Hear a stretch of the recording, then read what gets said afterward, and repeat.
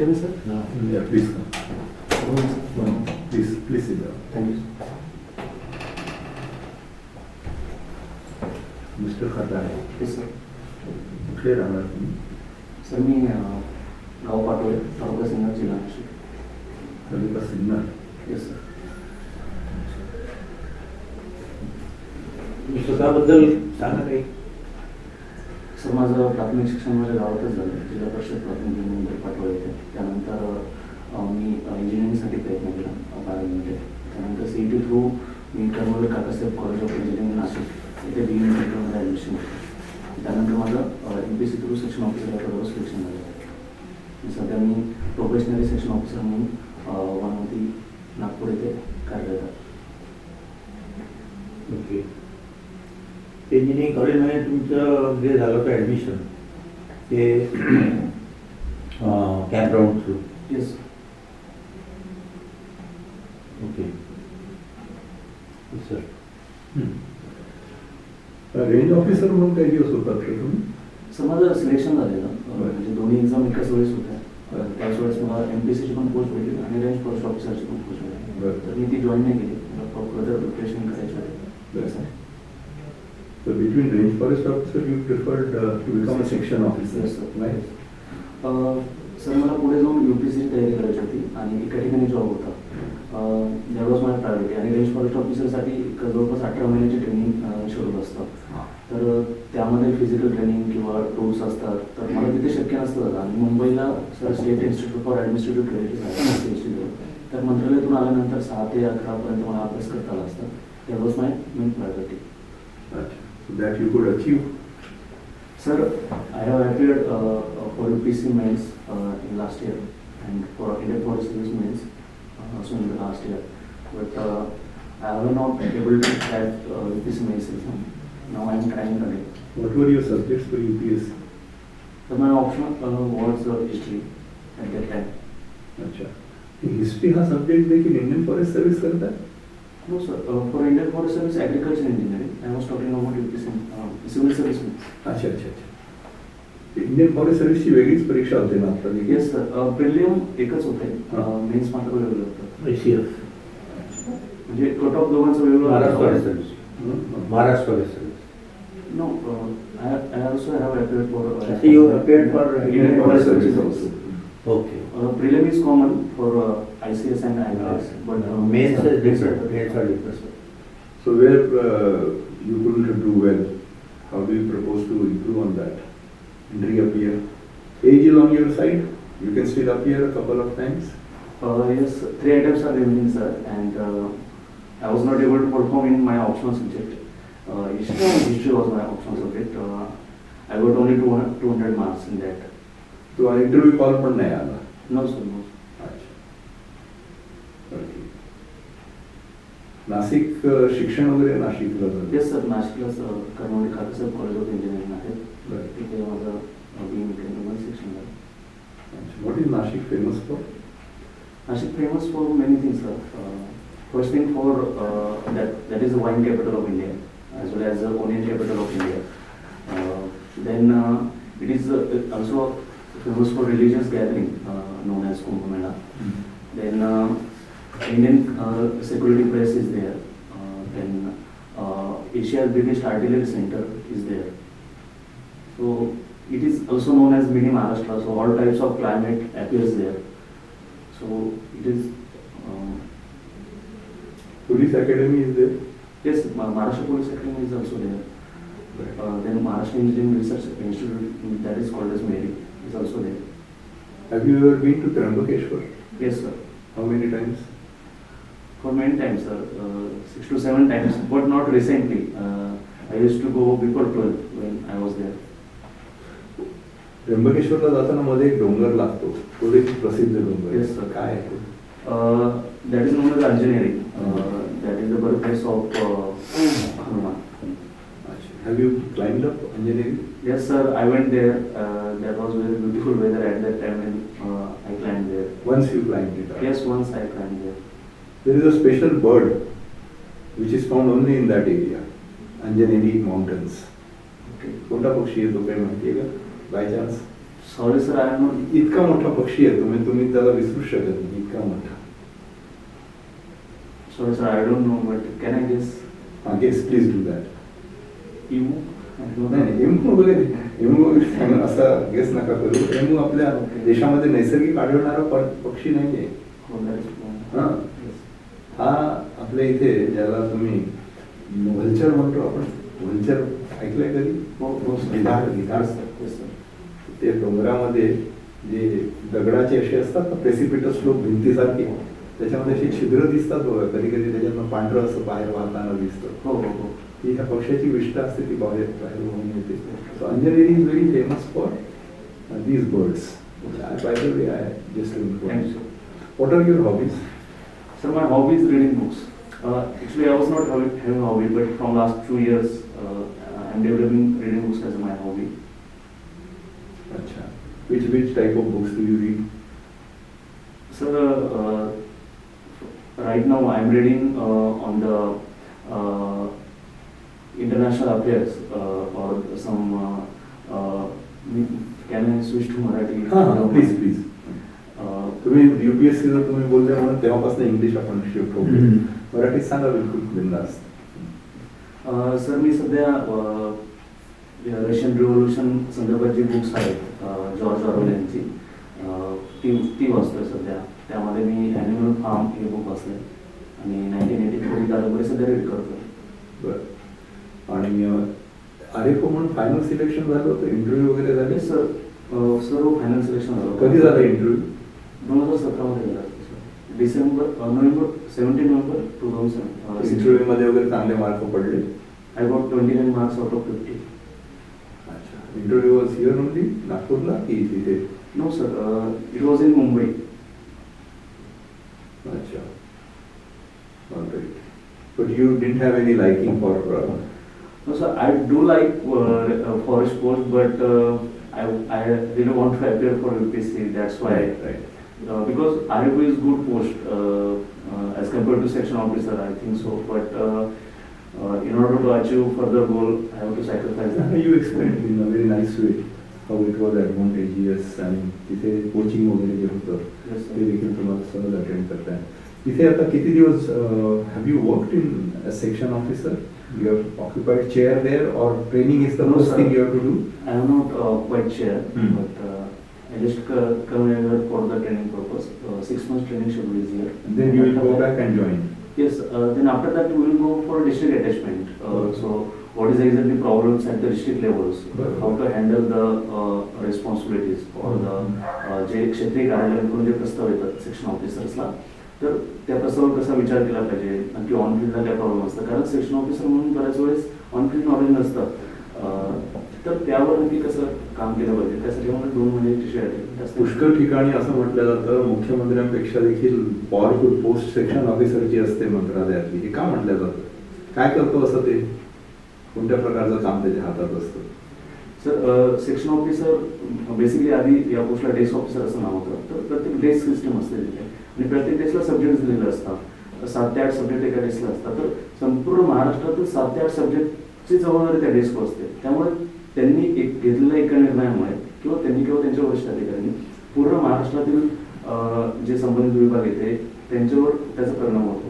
That's why it is called. साधारणतः निर्णय हे डेस्क ऑफिसर घेतात की वरिष्ठ घेतात का मुख्यमंत्र्याकडून घेतात, हे कसं ठरतं? Sir, depends on the. समजा माझा एक प्रस्ताव गेला आपल्याकडे आणि त्या प्रस्तावामध्ये मी काहीतरी मागणी केलेली आहे शासनाला, तर तो तुम्ही तुमच्या स्तरावर घेऊन त्याच्यावरती सही करून GR काढून टाकायचा का वरिष्ठांची मंजुरी घ्यायची, हे कोण कसं ठरवतं? सर, ते इंटेन्सिटी ऑफ इश्यूवर डिपेंड करतं आणि जे प्रिव्हियस GR रूल्स असतात त्यानुसार ते अधिकार कोणाला दिलेले आहेत त्यानुसार आपण ठरवू शकतो ती फाईल कोणाला पुटअप करायची, की सचिवांपर्यंत जाईल त्यानंतर किंवा मुख्यमंत्र्यांपर्यंत जाईल, ते त्यानुसार ठरलेलं असतं. कोणत्या ठिकाणी कोणत्या फंक्शनला 26 जानेवारी असो अशा ह्याच्यात कोणत्या अधिकारी पुढे थांबणार, पुढे कोण कुठे बसणार, असं काही गणित आहे का प्रोटोकॉलचं? हो सर, प्रोटोकॉल्स आहेत. कसं गणित असतं ते कुठे दिलेलं असतं? तर मला एक्झॅक्टली आता फॉर एक्झाम्पल इथे आता शरद बोबडे म्हणून एक आले गृहस्थ, Yes, sir. ते chief justice of supreme court of India आहे. Yes, sir. तर जर का इथे योगायोगाने 26 जानेवारीला वगैरे आले, इथले आपले मुख्यमंत्री पण आहेत, समजा त्यावेळेस BJPचं सरकार होतं आणि इथले मुख्यमंत्री पण तिथे उपस्थित आहेत. तो who will do the flag hoisting, who will stand where, हे कसं तय होणार, हे कोणत्या ह्याच्याप्रमाणे तय होणार, त्याचं काही हे असतं का? ते सर त्याची नियमावली आहे शिष्टाचारा संबंधित, परंतु एक्झॅक्टली नक्की कशी ऑर्डर असते, कोणी काय करावं हे मला माहिती नाही. ते मी वाचलं नाही सर, मी वाचण्याचा प्रयत्न करेन. बरं, आप पूछिए सर. सेक्शन ऑफिसरला कक्ष अधिकारी पण म्हणतात ना? येस सर, जुनं नाव डेस्क ऑफिसर होतं, नवीन सेक्शन ऑफिसर. कक्ष अधिकारी. ते कक्ष अधिकाऱ्याकडे बेसिकली विषय इनिशिएट होतो येस मंत्रालयामध्ये. तुम्ही भेट दिली असेल तिथे हो सर, मंत्रालयामध्ये? मंत्रालयात भेट दिली आहे. हो सर. आणि कक्षाधिकाऱ्याकडे सुद्धा गेले सर. हो सर. कोणतीही गोष्ट कक्षाधिकाऱ्यापासून सुरू होते. Yes sir. त्याच्यासोबत एक असिस्टंट पण असतो, येस सर. है ना, माहिती आहे ना? येस. आता अनेक वेळा असे सिच्युएशन येतात मंत्रालयामध्ये की तुमच्याकडे राजकारणी लोक येतात किंवा एजंट्स येतात, मोस्टली आमदार वगैरे डायरेक्ट येतात. येस. त्यांचा काही प्रस्ताव दिलेला असतो, ठीक आहे, येस. आणि ते डायरेक्ट फॉलोअप करण्याकरता तुमच्याकडे तुम्ही फाईल इनिशिएट करत असता, ठीक आहे ना. मोस्टली असं असतं की आमदार महोदय डेप्टी सेक्रेटरीकडे जातात, तिथून कक्षाधिकाऱ्याला बोलावले जातात. अशा सिच्युएशनमध्ये जर आमदाराने तुमच्याकडे येऊन सरळ काही काम सांगितलेलं आहे की मला या विषयाची GR काढून पाहिजे, ठीक आहे, आणि तुम्ही नेमकं त्याच्यावेळी तुम्हाला ते नोटिंग लिहायचं आहे, ठीक आहे, आणि त्या आमदार महोदयांची तुमच्या डेप्टी सेक्रेटरीशी पण चांगले संबंध आहे, सेक्रेटरीशी पण चांगले संबंध आहे, आणि तुम्ही विषय तपासला की ठीक आहे तुमचं मी बघतो, ठीक आहे, पण तुम्ही ते बसत नाही त्यांचा आमदाराचा विषय नियमामध्ये. तुम्ही या सिच्युएशनला आणि तुमचे डेप्टी सेक्रेटरी म्हणतात की त्यांचं काम करायला पाहिजे, आपण आमदाराचं त्यांना ओब्लाइज करायला पाहिजे. अशा सिच्युएशनमध्ये तुम्ही हाऊ यू हँडल, तुम्ही काय करा, काय म्हणजे डेप्टी सेक्रेटरी आहे त्यांच्या फेवरमध्ये आहे, त्याचं काम जे निघालं पाहिजे त्याचं काम झालं पाहिजे, जे म्हणतो त्याचं काम होऊ शकत नाही. पण हे सिच्युएशन तुम्ही कशी हँडल कराल? सर या संदर्भात मंत्रालयामध्ये अशी सिस्टम आहे, ती जी फाईल रिस्पेक्टिव्ह फाईल असेल संबंधित मंत्री महोदयांची, तर त्यावर खाली आपण रिमार्क देऊ शकतो, आणि सेक्शन ऑफिसरचा रिमार्क, त्यानंतर अवर सचिवांचा रिमार्क, त्यानंतर डेप्युटी सेक्रेटरी यांचा रिमार्क, तर प्रत्येकजण वापरल्या पद्धतीने रिमार्क देत असतो, आणि त्यामध्ये ओरिजिनॅलिटी ऑफ ओपिनियन असते. तर मला जर निगेटिव्ह वाटत असेल की हे आपल्या विषयामध्ये येत नाही, तर संबंधित त्यावर आपण GR काढू नये असं मी रिमार्क देते. परंतु उपसचिवांनी जर तो मुद्दा खोडून काढला आणि त्यांनी त्यांचा स्वतंत्र दुसरा मुद्दा दिला, किंवा सचिवांनी जर किंवा डेप्युटी सेक्रेटरीने वेगळा दिला, तर त्यांच्या आदेशानुसार मी नंतर GR काढू शकतो. परंतु ज्यावेळेस कारवाई होईल किंवा इश्यू पुढे उभे राहतील, तर त्यावेळेस मात्र मला त्यामध्ये पकडलं नाही जाणार, कारण माझा तो रिमार्क जो असेल त्यानुसार केस हँडल केली जाईल. ओके. तर तुम्ही हे जे इंजिनिअरिंग केल्यानंतर तिकडे आले आहे, त्याचा काही फायदा होईल असं वाटतं मला, काही इंजिनिअरिंगच्या, मेकॅनिकल इंजिनिअरिंगच्या तुमच्या civil सर्व्हिसमध्ये? Yes sir, certainly there are many advantages. Basically, direct and indirect benefits are there. In direct benefits, sir, माझं जे डिपार्टमेंट असेल रेस्पेक्टिव्ह, तिथे विविध कॉम्पोनंट्स टेंडरिंगद्वारे प्रोक्यूर करायचे असतील, तर त्यावेळेस मी थोडंसं होमवर्क करून त्याच्या डिटेल्समध्ये जाऊ शकतो, किंवा जर टेंडरिंगमध्ये प्राइसेस वगैरे ज्या असतील किंवा सिव्हिल कन्स्ट्रक्शन सुरू असेल त्यामध्ये ज्या प्राइस असतील, तर त्या संदर्भात जे कॅल्क्युलेशन असतील त्यामध्ये मला फसवण्याचा प्रयत्न कमी होऊ शकतो. म्हणजे त्यामध्ये मी डिटेल्समध्ये जाऊ शकतो थोडं होमवर्क करून. आणि इनडायरेक्ट बेनिफिट्समध्ये सर माझ्यामध्ये एक ॲनालिटिकल ॲबिलिटी डेव्हलप झाली आहे, त्यामुळे डिफरंट पर्स्पेक्टिव्हने मी एखाद्या विषयाकडे बघू शकतो, प्रॉब्लेम्स कसं सॉल्व्ह केला पाहिजे त्या संदर्भात. तुम्हाला सिव्हिल सर्व्हिसमध्ये यायचं होतं, तुम्ही इंजिनिअरिंग कशाला गेलं? तुम्ही सर्व इकडे सिम्पल ग्रॅज्युएशन का नाही केलं? सर इंजिनिअरिंगचा डिसिजन हा मी 2008 मध्ये घेतलं होतं. त्यावेळेस मी 12वीला होतो, आणि त्यावेळेस माझ्यासमोर फक्त इंजिनिअरिंग आणि MBBS हे दोनच ऑप्शन होते, आणि MBBSला मी जाऊ शकत नव्हतो बिकॉज मला करिअरचे जास्त ऑप्शन्स माहीत नव्हते सर तेव्हा. आणि इंजिनिअरिंगला आल्यानंतर जसे मुलं म्हणजे खूप जास्त एक्सपोजर वाढला, मित्र भेटले, प्रत्येकजण MBA, कोणी IAS साठी तयारी करत होतो, कोणी GATE साठी तयारी करत होतो. मला वाटलं why not, this is the best option for career. पण प्रश्न असा मला आहे, सध्या भारतामध्ये वेगवेगळ्या ठिकाणी एज्युकेशन चाललेले आहे. Yes sir. एखाद्या एक कायद्याबद्दल काय कायदा पास केले गव्हर्नमेंटने, येस सर. त्याच्याबद्दल तुम्हाला काय माहिती आहे जरा सांगता? सर सध्या भारतामध्ये सिटिझनशिप अमेंडमेंट ॲक्ट 2019 हा पास केला गव्हर्नमेंटने. त्यानंतर नॅशनल रजिस्टर ऑफ सिटिझन्स आणि नॅशनल पॉप्युलेशन रजिस्टर या 3 मुद्द्यांवर सध्या जास्तीत जास्त आंदोलन सुरू आहे. तर सिटिझनशिप अमेंडमेंट ॲक्टमध्ये असे प्रोव्हिजन्स आहेत की बांगलादेश, पाकिस्तान आणि अफगाणिस्तान या 3 कंट्रीजमधील ज्या रिलिजियस मायनॉरिटीज आहेत, 6 रिलिजियस मायनॉरिटीज आहेत मुस्लिम सोडून, तर त्यांचं जर तिथे रिलिजियस पर्सिक्युशन होत असेल तर त्यांना एक 5 वर्षाचा भारताने सिटिझनशिप द्यावी, जेणेकरून त्यांना त्यांची लाईफ सुकर होईल. हे प्रोजेक्ट करतायत ते पहिल्यापासूनच आहे. सर सिटिझनशिप ॲक्ट आहे सिटिझनशिप ॲक्ट आहे 1955 चा. त्यानुसार ऑलरेडी 12 वर्षानंतर सर्वांना not this only 3 countries, okay, सर्वांनाच अशी प्रोव्हिजन होती की they can apply for citizenship. कोण to illegal immigrants? Sir I don't know sir. हे जे सिटिझनशिप अमेंडमेंट ऍक्ट केलं त्याच्यात नक्की काय केलं? सर यामध्ये जुन्या what section was amended? What was amended? I think section 14A is amended. 14A is added in that. I don't know certainly, but I have read it. So you don't know. What is the relation between NPR and NRC? Sir, NPR is a exercise. Which is subset of what? What's You don't know what is which is part of what? National population register हे citizenship amendment rule 2003 मध्ये mention केलेलं आहे. ज्यावेळेस India first गव्हर्नमेंटने ते आणले होते.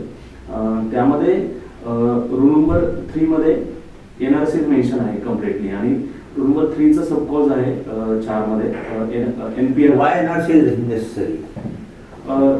Sir it is the right of every country to know her citizens. Okay. त्यामुळे भारतामध्ये नक्की आपले सिटिझन्स कोण आहेत, किती आहेत हे आपल्याला माहिती नाही आहे. तर लिगल सिटिझन्स कोण आहेत हे माहिती करून घेण्यासाठी गरज आहे मला असं वाटतं NRC ची. कारण सेन्सस नुसार आपण ती गरज आहे. ऑलरेडी त्याच्यामध्ये प्रोव्हिजन आहे कायद्यामध्ये ती, की नवीन प्रोव्हिजन टाकतो. NRC ची प्रोव्हिजन कायद्यामध्ये होती पहिल्यापासून? येस सर होती. पहिल्यापासून होती. रूल्स 2003 मध्ये होती. ओके. आता हे जे एज्युकेशन चाललेलं आहे जागोजागी, त्याच्यामध्ये त्यांचं काय म्हणणं आहे? आणि how if you become SDM, deputy collector select झाले तुम्ही, आणि deputy collector you are posted somewhere, समजा imagine situation, you are there SDM, आणि तिथे काही महिला बसलेल्या आहेत महिनाभरापासून याचा विरोध करायला, we don't want CA, NPR. So what role you will play? Sir सर्वप्रथम जो कायदा आहे त्याबद्दल सर्वसामान्य पब्लिकला बऱ्यापैकी माहिती नसतं. कारण व्हॉट्सअप किंवा सोशल मीडियाद्वारे बऱ्यापैकी अफवा पसरवल्या असतात त्या कायद्यासंदर्भात. लेटेस्ट मला वाटतं मी असं करेल की एक पत्रक लावेल, म्हणजे नक्की कायद्यामध्ये काय आहे आणि त्याचा परिणाम कोणावर होणार आहे. कारण सिटिझनशिप अमेंडमेंट ॲक्टचा परिणाम हा बाहेरील मायनॉरिटीज होणार आहे, ना की इंडियातील मायनॉरिटीज होणार आहे. त्यामुळे तुम्हाला घाबरून जायची काही गरज नाही आहे. It is only for other countries असं मी सांगेल. आणि त्यांच्या ज्या काही मागण्या असेल ते शांततेने ऐकून घेईल आणि ते सॉल्व्ह करण्याचा प्रयत्न करेल ॲट द सेम टाइम.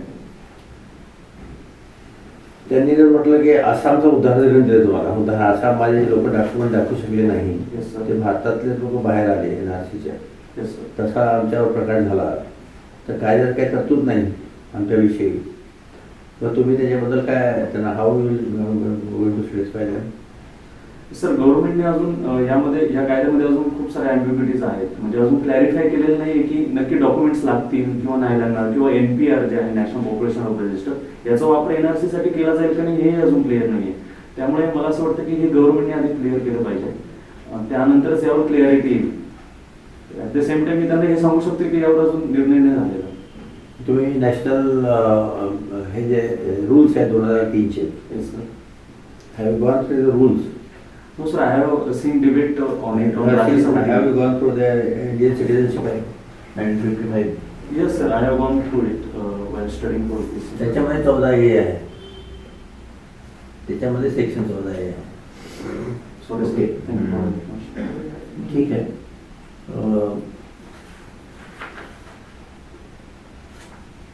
नाही, तुम्ही म्हटलं की तुमचा हिस्ट्री हा विषय होता ना. Yes, sir. Yes, sir. History विषय.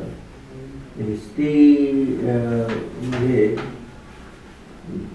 Which history you like more? Sir, I like history in the period of 1920 to 1947. Y? Because sir हा असा पिरियड आहे की पॉलिटिकल फ्रंटला आणि सोशल फ्रंटला खूप सारे रिफॉर्म झालेले आहेत आणि त्यामुळे 1947ला भारताला स्वातंत्र्य मिळालं. ठीक आहे. What is beauty of?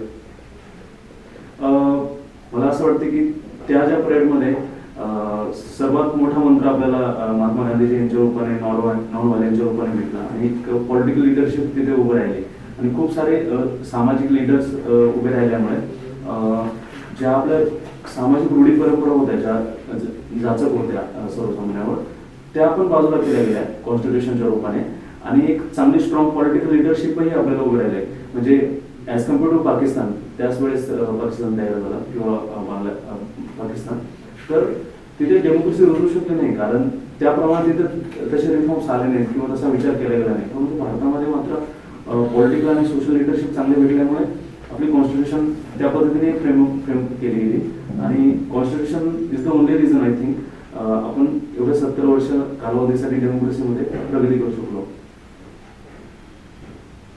या उत्तम कॉन्स्टिट्यूशनचं क्रेडिट कोणाला देणार तुम्ही? सर बेसिकली सर्वांना क्रेडिट देईन मी, परंतु डॉक्टर बाबासाहेब आंबेडकर यांनी जो खूप सारा रिगर स्टडी केला होता त्या कॉन्स्टिट्यूशन संदर्भात, खूप साऱ्या देशांच्या कॉन्स्टिट्यूशन्स वाचल्या होत्या, त्यांचा स्टडी करून किंवा भारतातल्या सोसायटीचा खूप चांगला त्यांचा अभ्यास होता, कास्टिझमवर त्यांचा चांगला अभ्यास होता, जेणेकरून सर्वांना कसं कंबाईनली ठेवता येईल आणि पुढे वादविवाद न होता पुढे जाता येईल. कॉन्स्टिट्यूशन मध्ये आर्टिकल 14 जे आहे येस सर. कशाचं आहे ते? Sir it is about right to equality. म्हणजे it is applicable only for citizens और for non citizens also? It is applicable for non citizens also. Yes. त्याचं मग तुम्हाला do you think this CAA amendment act, what people say generally their objection is that CAA is abrogating that article 14. त्याच्या 14चा भंग होतो आहे की 14 मध्ये आहे की any person shall not be discriminated against. ठीक आहे ना. आणि इथे काही धर्मांना दिलं, काहींना सोडलं, त्याच्यामुळे लोक असं म्हणतात की याच्यामुळे आर्टिकल 14चा सरळ भंग होतो आहे. तुमचं काय मत आहे? Sir I personally feel that की तो भंग होतो, परंतु म्हणजे मी गव्हर्नमेंटचं मत मानलो की नाही, तुमचं मत. गव्हर्नमेंट मला असं वाटतं गव्हर्नमेंट ऑफिसर, सॉरी सर, तुम्ही independently you are going to be the officer. तर ऑफिसर आहे तर तुम्ही you should know the law rules. Yes yes. Justice देणारं तुमचं उत्तर काय असू शकते? तुम्हाला पर्सनली काय वाटते? सर मला असं वाटतं की पर्सनली त्या आर्टिकल 14चा भंग होतोय त्यामध्ये, कारण आर्टिकल 14 हे सिटीजन्स आणि नॉन सिटीजन्स हे दोघांनाही लागू आहे आणि आपण यामध्ये रिलिजनच्या बेसवर मला नाही वाटत आपण हे करू शकतो, भेदभाव करू शकतो.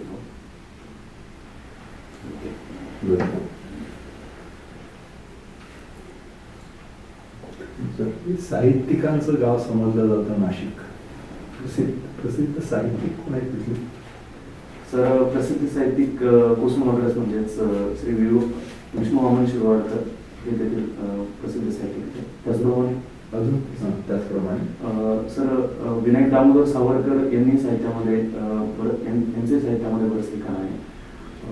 त्यानंतर तर मला नाव नाही आठवत नाटककार, ते तिथे लेक्चरशिपला होते आणि त्यांनी खूप सारे नाटकं लिहिलेली आहेत. उदाहरणार्थ सर मला नाव माहिती आहे त्यांचं, लेटेस्टली एक मूवी आला होता त्यांच्यावर, म्हणजे त्यांचं नाव त्या मूवीमध्ये आहे. Exactly I am not able to recall it. What is the distance from Nashik to Pune? Nashik to Pune about it's about 210 kilometre. Okay, and which are the major towns you cross when you travel by that? So, very first major town is our city Simla. After that, Sangamner is also most important town. Then Narayangaon is the next town. Then Chakan is the one of the best industrial hub. Right. And if you go beyond Pune, then what happens? Which district starts? That is NH50, and after that, beyond Pune, I'm not getting the question, sorry. You have reached from Nasik, you have reached Pune, and you are crossing Pune and going ahead. Which district would start? Straight or indirect? Straight. You can tell both. Yes, sir. If you go on left side, then Satara will start, and if you go straight, then Raigad will start. Okay. This particular road we are talking about, it is said that Yes, sir. it has the deserts of India in miniature, and also the Cherrapunji of India जसं आहे तसं ह्या भागाला समजलं जातं. ह्याचा अर्थ काय? ह्या रस्त्याची काय खासियत काय आहे? ह्या रस्त्याच्या दोन्ही बाजूने आपण जर विचार केला तर एका बाजूने आपल्याला वाळवंट दिसतात, एका बाजूने जे आहे ते खूप जास्त पावसाचा प्रदेश दिसतो. ते कितपत खरं आहे आणि काय त्याला अर्थ काय आहे? काही लोक बोलतात असं. तर बेसिकली सह्याद्रीमुळं हे डिस्टिंग्विश झालेलं आहे. सह्याद्रीच्या खालचा जो भाग आहे तो ड्राय किंवा डेझर्ट एरिया आहे, आणि वरचा किंवा What is that dry desert area? What is that called? देश. इट इज कॉल्ड एज देश. Rain shadow area. in case of geographical terms, it's a range area. Okay. तसं देश म्हणतात. बरं. नगर जिल्ह्यामध्ये जाण्याचे कधी प्रसंग आला? सर एकदा कोपरगावला गेलेलो आहे तेवढंच. आणि संगमनेरला मित्र आहे. शिर्डीला नाही गेलो. शिर्डीला नाही गेलेलो सर मी. लहानपणी गेलो. बरं. हे सहज विचारलं, काही विचार जरुरी नाही. Okay. Right. Did you tell us about your hobbies? Yes sir, reading books, but me explain नाही केलं त्यामध्ये. Okay. Reading books is the only hobby. No sir, I sometimes play cricket, then I watch movies also. So, later from movie, I also play table tennis. Cricket कोणत्या लेवलवर खेळले तुम्ही? Sir hostel लेवलच खेळलो, Hostel जास्त level. पुढे नाही गेलो. बरं. साध्या टेनिस बॉल. हो टेनिस बॉल सर. आणि कोणत्या We'll wind up here. Okay sir. And Thank you. you hold on here. We'll tell you about what are our observations. एक थोडक्यात आम्ही सांगू. Okay sir. Overall, I personally felt quite impressed with the way you faced your interview. And what is your strength is your simplicity, genuineness. की हा माणूस मला थापा मारणारा नाही आहे असं एक जेव्हा जाणवतं इंटरव्ह्यू घेणाऱ्याला, ती विश्वासार्हता निर्माण होते. That is a fairly big achievement in your interview. म्हणजे इंटरव्ह्यू देणारा तो आत्मविश्वास वाटला आहे, तो मला पर्टिक्युलरली जाणवला. हे करत असताना एक जसं वेईंग प्रोज अँड कॉन्स आपण म्हणतो त्याप्रमाणे, जसं नाशिक हे हिंदुस्थानमध्ये जे आहे ठिकाण, ह्याचं विचार केला असताना पहिल्यांदा वाईन कॅपिटल हे सांगण्यापेक्षा जर प्रभू रामचंद्राच्या पदस्पर्शाने वगैरे इतकं सविस्तर बोलायची गरज नाही आहे, परंतु तिथे रामचंद्राचं अस्तित्व आहे असे पुरावे समजले जातात. महत्वाचे तिथे मंदिरं वगैरे आहेत. People come for pilgrimage. If I was in your place, perhaps it would have struck to me that way. But you have made a mistake or nothing like that. Only thing is that की wine capital म्हटल्याबरोबर काही जणांना ज्यांना वाईनच्या बद्दल reservation आहे त्यांच्या मनामध्ये शंका असते, अच्छा